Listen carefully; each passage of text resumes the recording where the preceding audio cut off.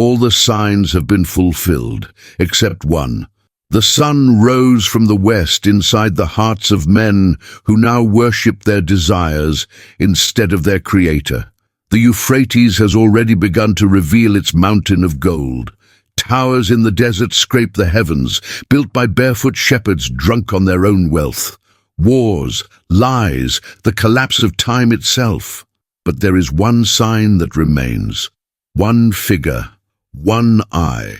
Al-Masih, ad-Dajjal, the false Messiah. And according to the Prophet Muhammad, he is already alive. But how do we know? That's what we're about to uncover. In this series, you will learn why the Sahaba, warriors who feared nothing, trembled and wept when Dajjal was mentioned. The exact location where he is chained right now, according to authentic hadith. The prophecy of the sailor who saw him with his own eyes and lived to tell the tale. The one prayer that will protect you when he finally appears. And the signs that prove his time is near. This is not theory, this is not folklore, this is revelation, preserved in the Qur'an and the Sunnah for 1,400 years, and every generation that ignored it paid the price. Will you? The Prophet Muhammad said, "There has been no prophet except that he warned his nation about the Dajjal." Sahih al-Bukhari 7131.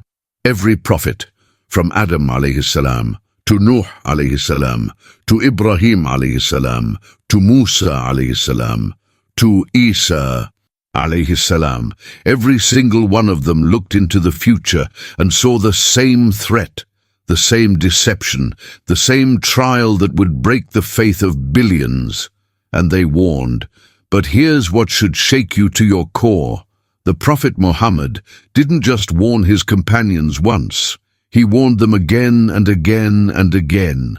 He would stand on the minbar in Medina, his face red with urgency, and say, "O people, there has never been a fitnah on earth since Allah created Adam greater than the fitnah of the Dajjal."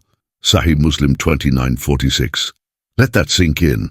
Greater than the flood. Greater than the destruction of nations, greater than every plague, every war, every empire that rose and fell. The fitnah of Dajjal is the greatest test humanity will ever face, and the Prophet made sure no one could say, "We didn't know." Now imagine this. You're sitting in Medina. The year is 630 CE. The sun is setting over the date palms. The Prophet enters the mosque for Maghrib. Prayer, and his face is different. The companions notice immediately. His eyes are wide, his voice is firm.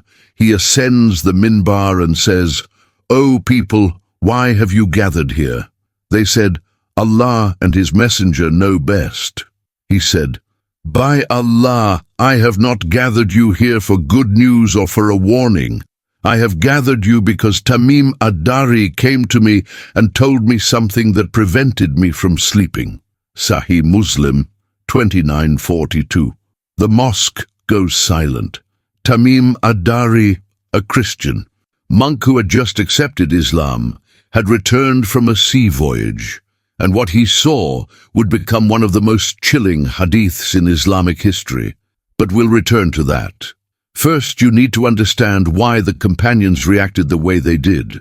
Abdullah ibn Umar radiallahu anhu narrates, "The Prophet stood among us and mentioned the Dajjal. He described him in such detail that we thought he was standing behind the date palms in the garden nearby." Think about that image. These were men who fought at Badr, who stood at Uhud when arrows rained like hail, who faced death without flinching. And yet, when the Prophet described Dajjal, they thought he was already there, hiding, watching, waiting. Some of them began to weep, not out of fear for themselves, but for the Ummah, for their children, for the generations that would come after them, unprepared and unaware. The Messenger of Allah looked at them and said, "If he appears while I am among you, I will contend with him on your behalf. But if he appears after I am gone, then every person must defend themselves."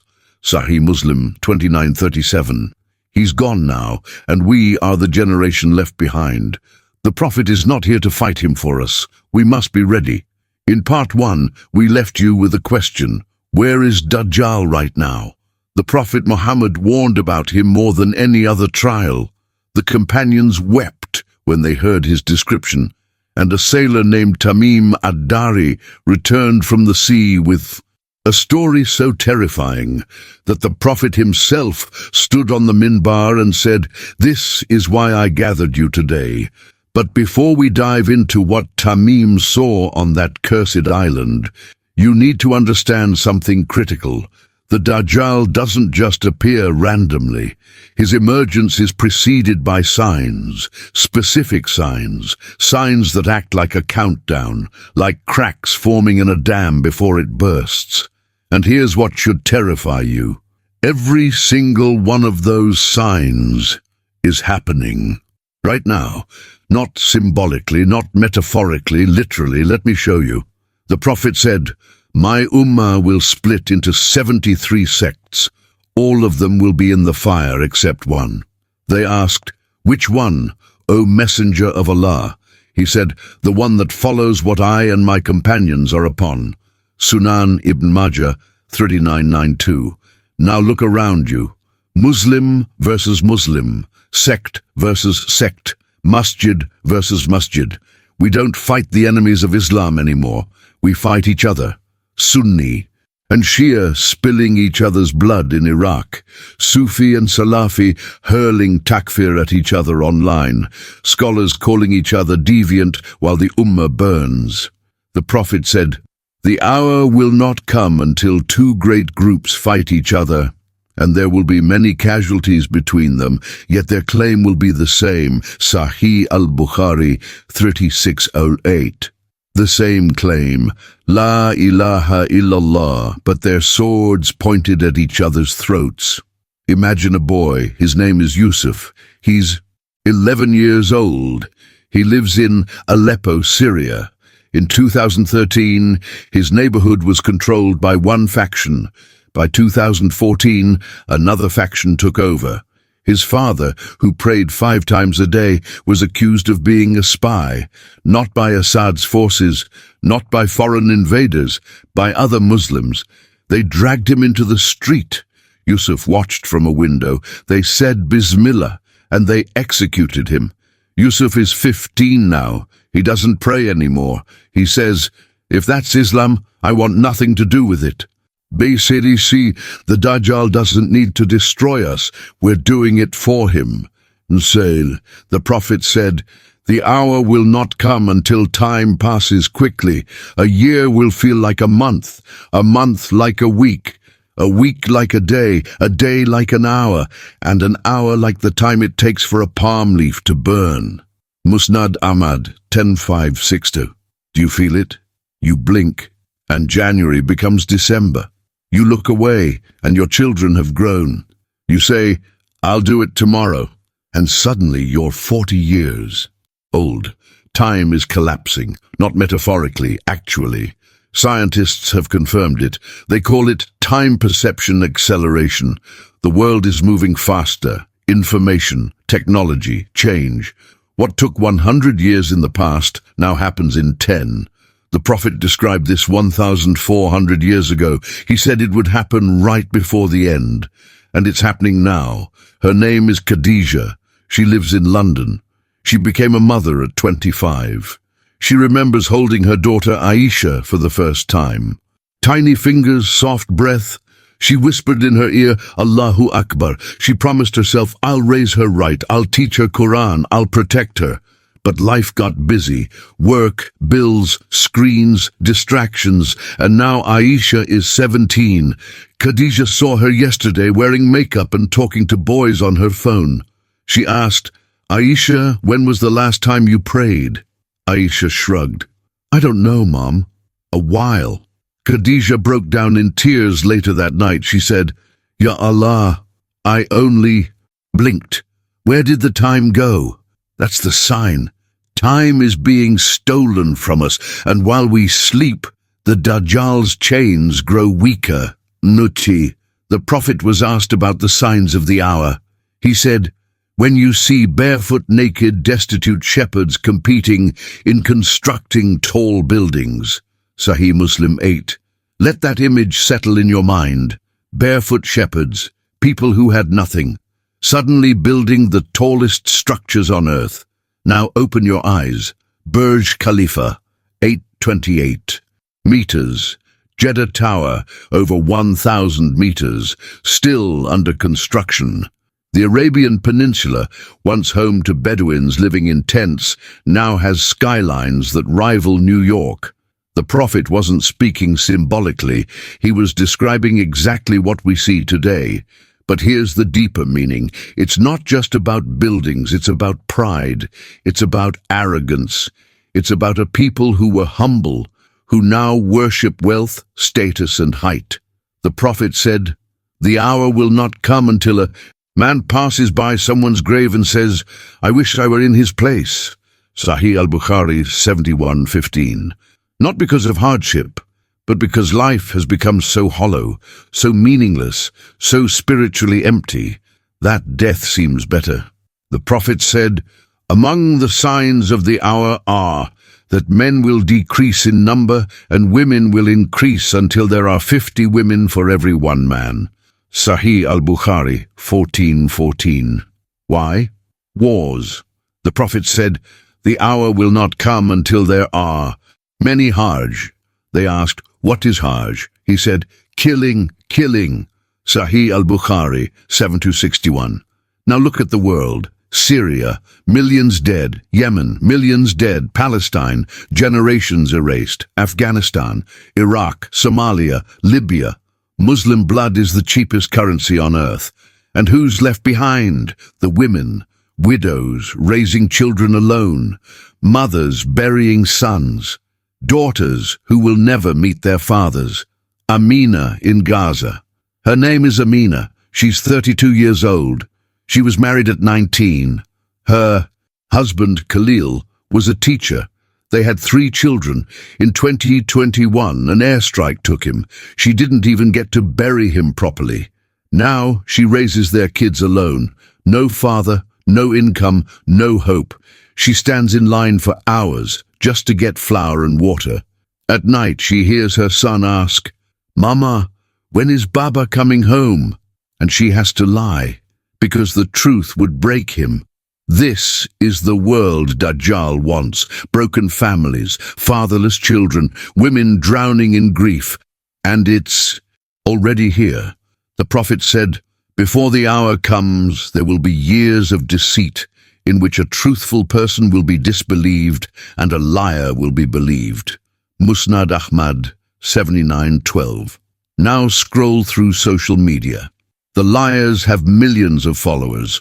The truthful are silenced, banned, mocked. Influencers selling you a fake life. Scholars of Instagram with zero knowledge. The Prophet also said, "The hour will not come until wealth becomes abundant and overflowing, and a man will bring his zakat and will not find anyone to accept it." Sahih al-Bukhari 14:11. We see it now. People drowning in wealth, but spiritually bankrupt. Luxury cars, designer clothes, mansions, but their hearts are empty. And when you tell them, "Give charity," they say, "Everyone's rich, no one needs it," even though millions are starving. This is the deception. Dajjal's world isn't flames and monsters. It's this: comfort, distraction, materialism so thick you forget Allah entirely. These 5 signs aren't theories. They're not interpretations. They're our reality. The Ummah is divided. Time is collapsing. Towers scrape the sky. Women outnumber men. Wealth has replaced worship. Every single prophecy is unfolding in real time. But there's one piece of evidence we haven't discussed yet. The most terrifying one. The one that confirms Dajjal is not just a concept. He's not a symbol. He's a real being, alive, breathing, chained, waiting. And the proof? It comes from a man who saw him with his own eyes, a sailor named Tamim ad-Dari, who landed on an island that doesn't exist on any map, and met a creature in chains, who told him secrets about the world, secrets only the Dajjal would know. What did Tamim see? What did the creature say? And why did the Prophet Muhammad confirm every word of it?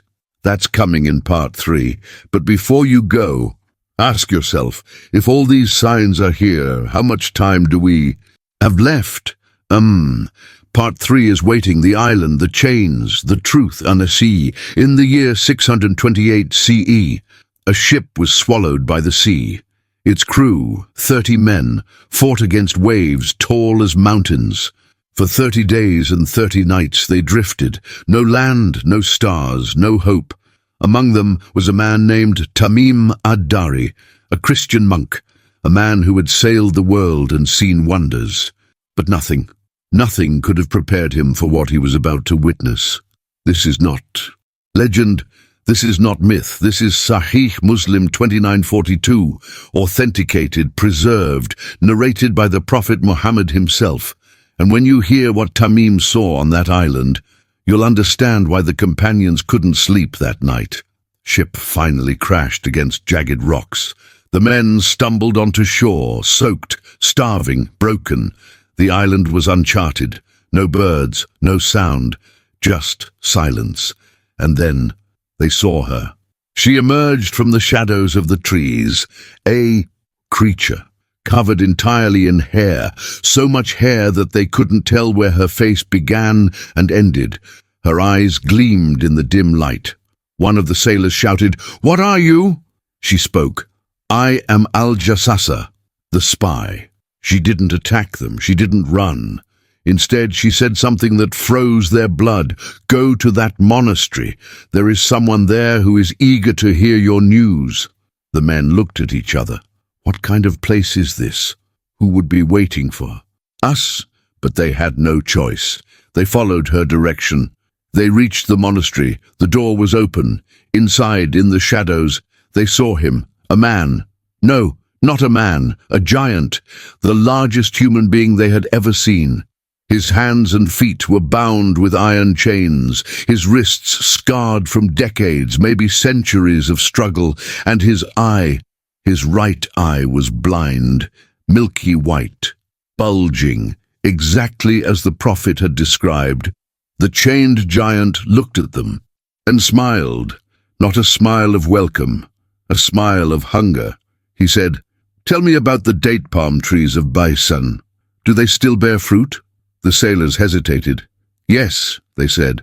He asked, "Tell me about the lake of Tiberias. Does it still have water?"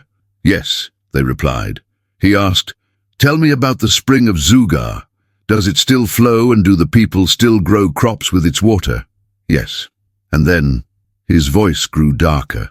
He leaned forward, chains rattling, and asked, "Tell me about the unlettered prophet. What has he done?" The sailors said, "He has come out of Makkah and settled in Yathrib, Medina." The giant's face twisted. "Have the Arabs fought him?" "Yes." "What did he do to them?" The sailors said, "He has prevailed over them, and they have submitted to him." The creature closed his eyes, and then he said something that would echo through history. "It is better for them to obey him." Then he revealed his identity. "I am the Dajjal.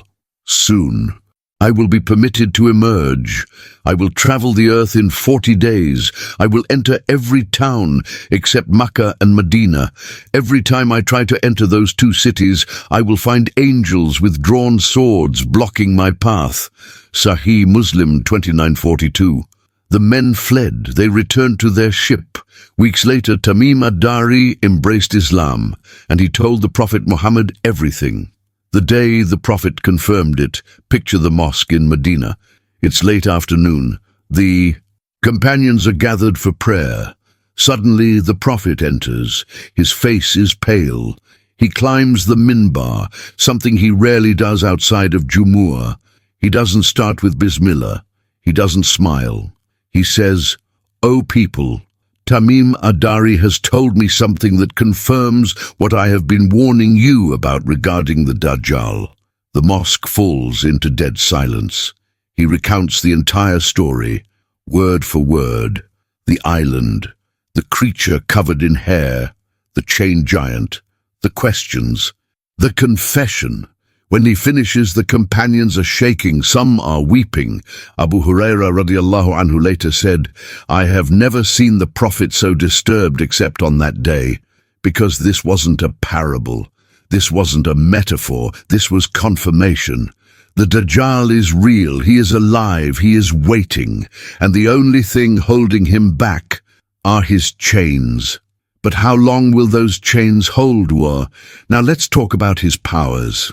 The Prophet said, "The Dajjal will have with him water and fire, but his fire will be cool water, and his water will be burning fire."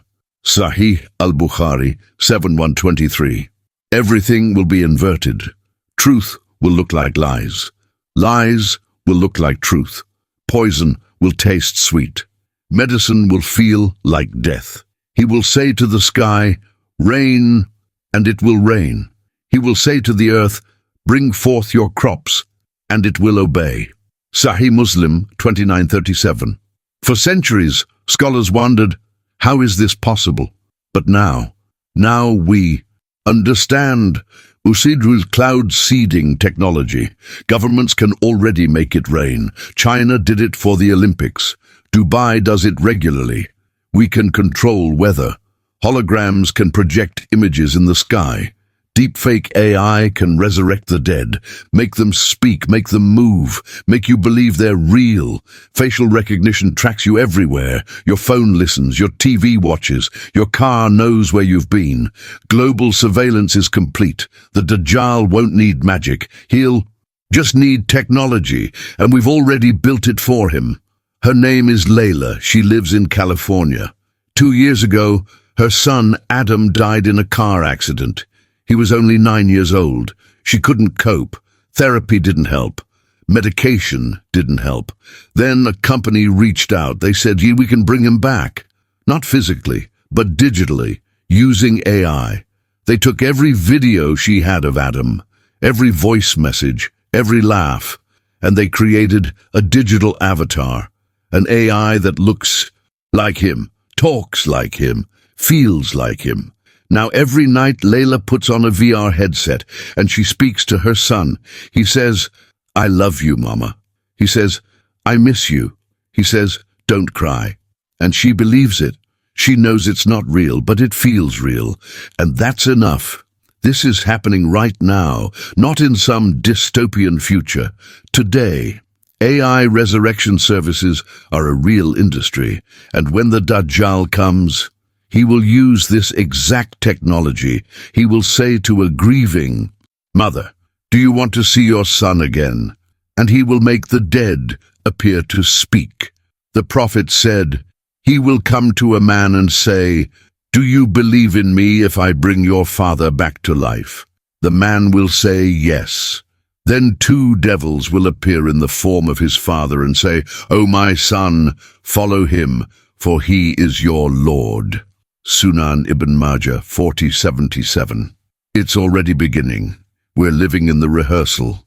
So now you know the Dajjal is real. He's alive. He's chained on an island somewhere in the sea. He has powers that we once thought were impossible, but are now reality. He will deceive billions.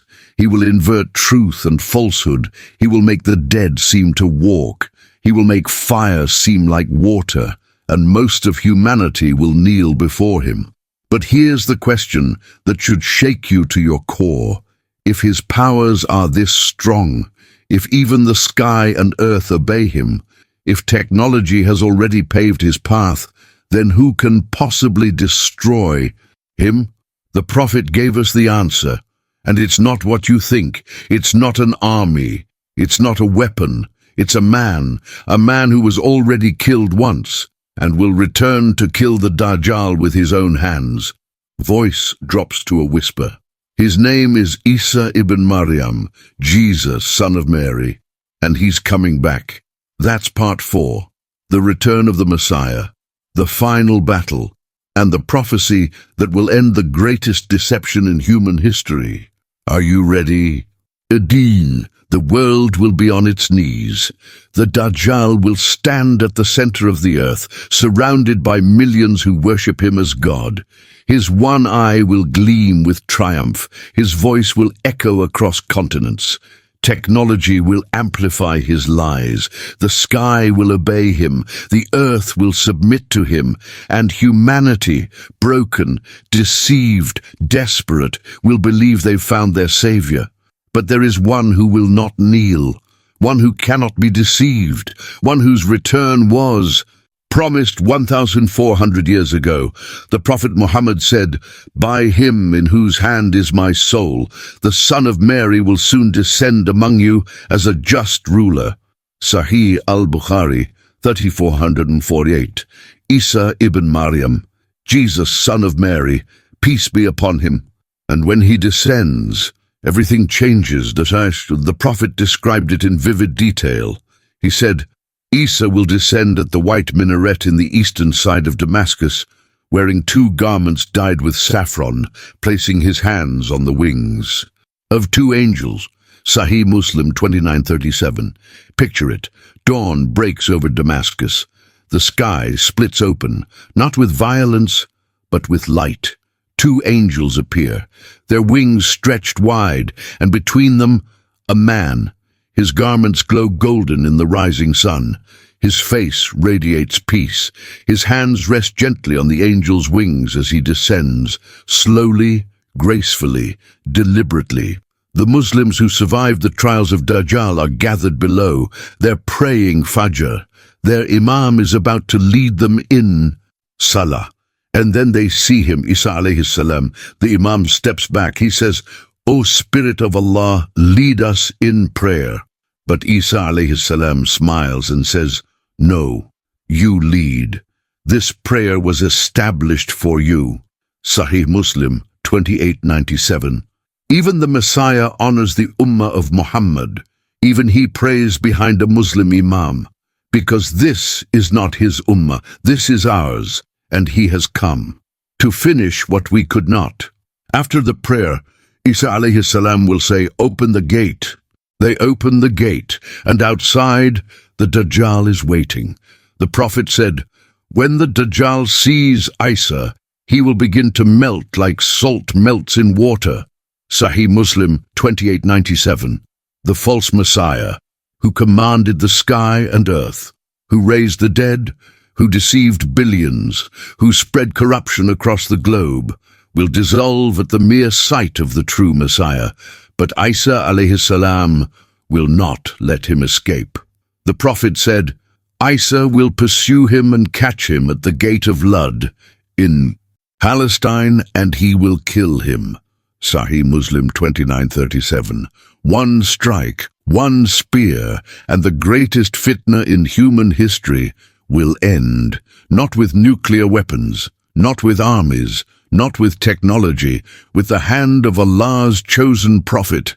And when the Dajjal falls, his followers will scatter like insects. The Prophet said, "The Jews will hide behind stones and trees, and the stones and trees will say, 'O Muslim, O servant of Allah, there is a Jew hiding behind me. Come and kill him.'" Sahih Muslim 2922. Even the earth will reject them, because the earth knows, the trees know, the stones know, creation itself testifies to the truth. Just after the death of Dajjal, the world will breathe again. The Prophet said, "Then Allah will send rain, and the earth will bring forth its produce. A single pomegranate will be enough for a group of people, and they will seek shade under its peel." Sahih Muslim 2940. Imagine that. The earth, so poisoned by pollution, greed and war, will heal. Crops will grow without effort. Fruit will be abundant. Peace will return. The Prophet also said, "For 7 years the Muslims will burn the weapons of Dajjal's army." Sunan Abu Dawud 4324. 7 years. They won't need to gather wood. They'll burn the weapons of deception, the tools of corruption, the remnants of falsehood. For 7 years, the world will purify itself, and Isa alayhi salam will rule with justice. He will break the cross. He will abolish the jizya. He will call all of humanity to one truth, La ilaha illallah. But here's what you need to understand. Not everyone will live to see that day. Most of humanity will die during the trials of Dajjal. The question is, will you be among the survivors? The Prophet didn't just warn us. He gave us weapons, not swords, not shields, spiritual armor. Listen carefully. Protection. 1. Surah Al-Kahf.